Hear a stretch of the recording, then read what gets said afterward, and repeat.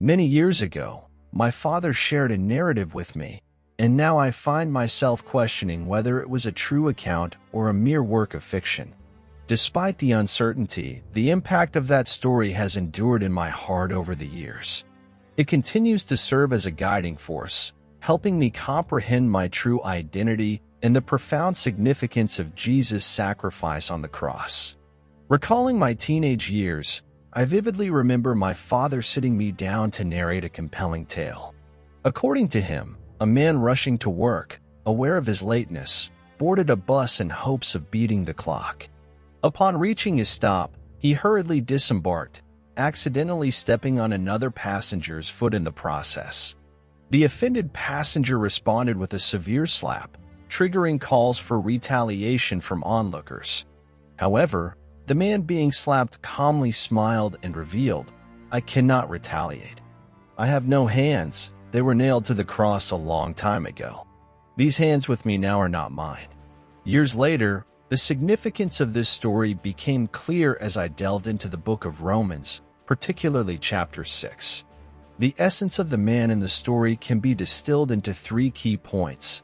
Firstly, he recognizes his death to sin.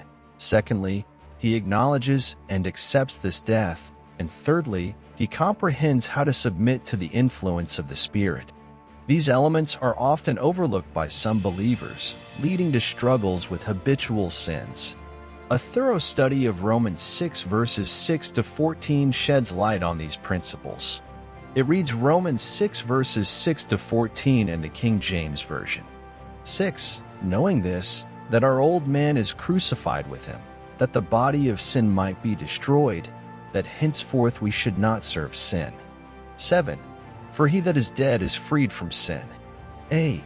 Now if we be dead with Christ, we believe that we shall also live with him. 9. Knowing that Christ being raised from the dead dieth no more, death hath no more dominion over him. 10. For in that he died unto sin once, but in that he liveth unto God. 11. Likewise reckon ye also yourselves to be dead indeed unto sin, but alive unto God through Jesus Christ our Lord.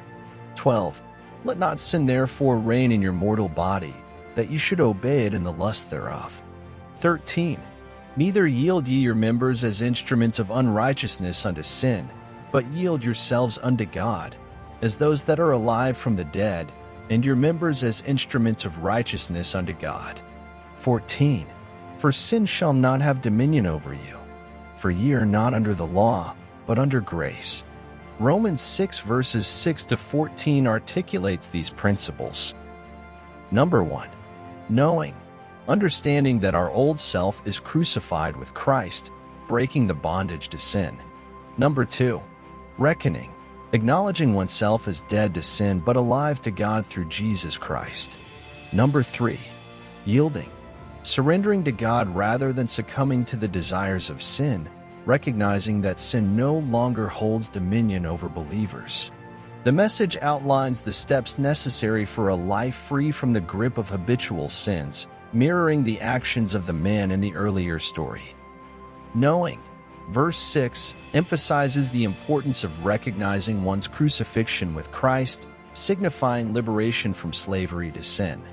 This knowledge is not merely intellectual but a profound revelation. Failure to grasp this truth results in ongoing struggles with sin. Reckoning. Verse 11 instructs believers to actively consider themselves dead to sin. It goes beyond acknowledging the fact. It involves a heartfelt acceptance and belief in this new identity. Yielding. Verse 13 highlights the significance of yielding, not to sin but to God. This involves allowing God's influence to prevail by submitting to His Word. In essence, the victory over sin that Jesus achieved extends to believers through identification.